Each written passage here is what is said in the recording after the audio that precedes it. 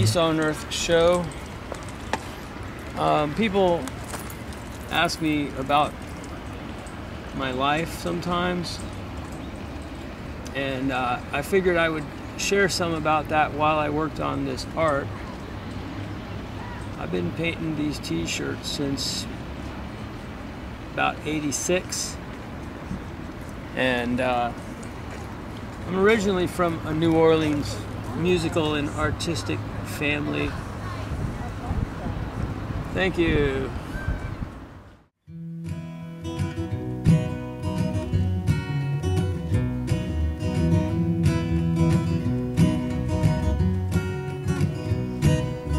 Stars hung low in a good fortune sky. A blanket of peace draped over the world's eyes. The lakes were ripe with lotus and the rivers running through.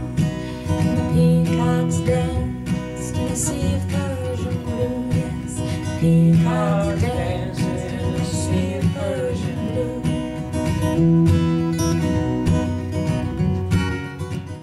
All right, so everybody in the devotee world, Hare Krishna.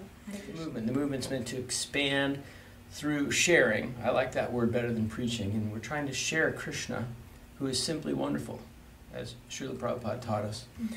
And I feel that if people don't, if they come to the temples and they don't get that from the devotees, that Krishna is simply wonderful, then it's really our fault.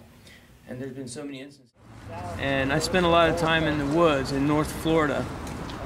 Tallahassee has a lot of hills and lakes, and on the beautiful north side of town where it starts getting into the Georgia foothills, right from the Gulf, which is just south of here, there's a lot of Indian mounds. You can just walk through the woods and find them. And I used to go back there and hang out with the Great Spirit in nature, because the way it grew up was we didn't fit in. We're dirt poor in the richest neighborhood for some reason, and the kids were abusive, and I saw that side of society early on, greed and corruption, and how evil those types of people can be, having been influenced by greed.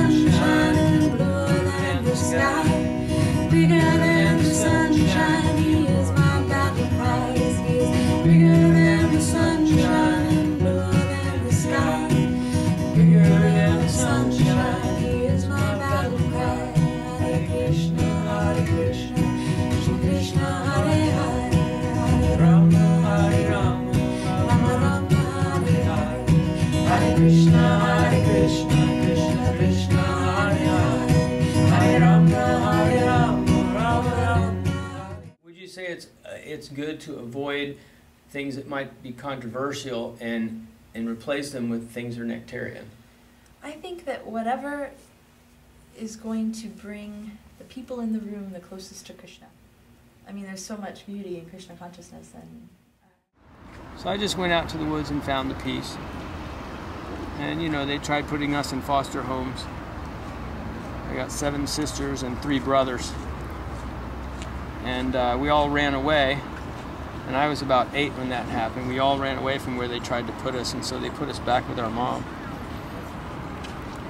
And we just happened to have a big house in the fancy neighborhood. It was $400 a month for all those years. My dad was sending child support, but you know, we got to be poor in a rich neighborhood. Very auspicious lesson in life.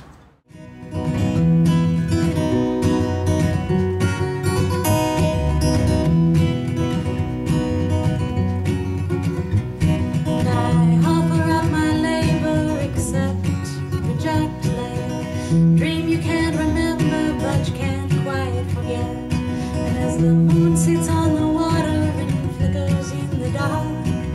constant in the heavens, and He's constant in my heart. He's constant in the heavens, and He's constant in my heart.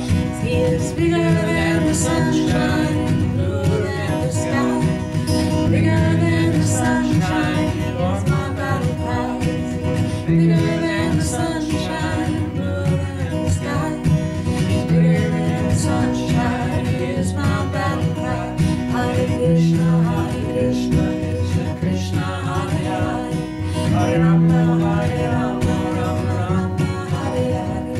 Hare Krishna, Krishna Krishna, Hare Hare. Hare Rama, Hare Rama, Rama Rama, Hare Hare. The time I was about 14, I was going door to door, inviting people to a church that I was involved with, and that's after getting out of juvenile detention and all that, running away, committing crimes, and being stupid at age 13. So yeah, after I got out of there, out of the juvenile detention, I went and served God, and I haven't been in a fight since. Now I'm 43, and I wanted to sing about the injustices in the world as a young guy, and so I had a punk band called Sector 4, and Sector 4 played with bands like Black Flag and Minor Threat, DRI, Bad Brains, and all these bands like this in the day. From 81 to 85, played drums, got all that anger out, and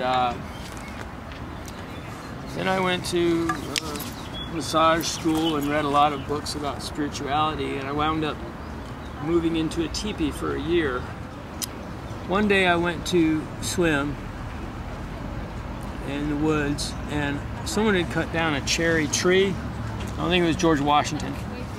And there was a trunk part where it split into several parts, and in that I took that part back to the teepee with me. So the trunk branched out into like 3 big branches, and so for 8 months with a chisel and a hammer I carved that thing out to the core, which is very symbolic. You know, a quarter of reality is symbolic because it's this world is a reflection of the eternal, everything's eternal world. And so it's true, it's so symbolic, and that was what it was about, me going out there and digging to the center of my being, the core of my being. I came out here looking for meaning in this life, and if I was, you know, wasn't going to take God lightly. And so I, you know, read everything, the Tao Te Ching, the Bhagavad Gita.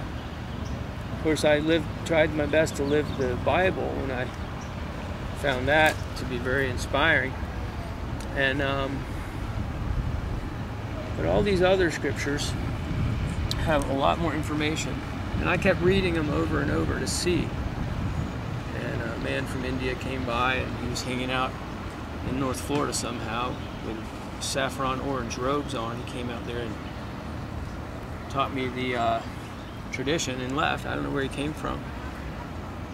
He had a long beard and taught me the secrets of it. Hare Krishna, Krishna Krishna, Hare Hare, Hare Rama, Hare Rama, Rama Rama, Hare Hare.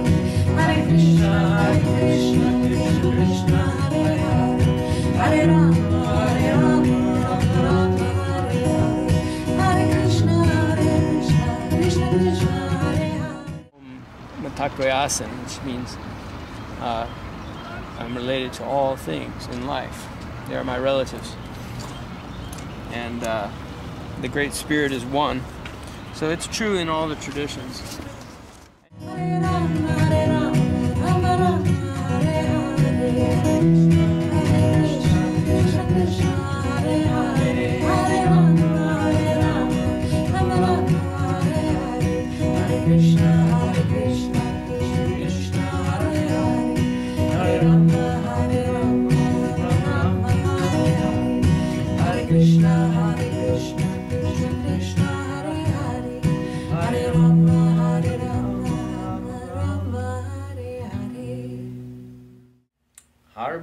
volleyball.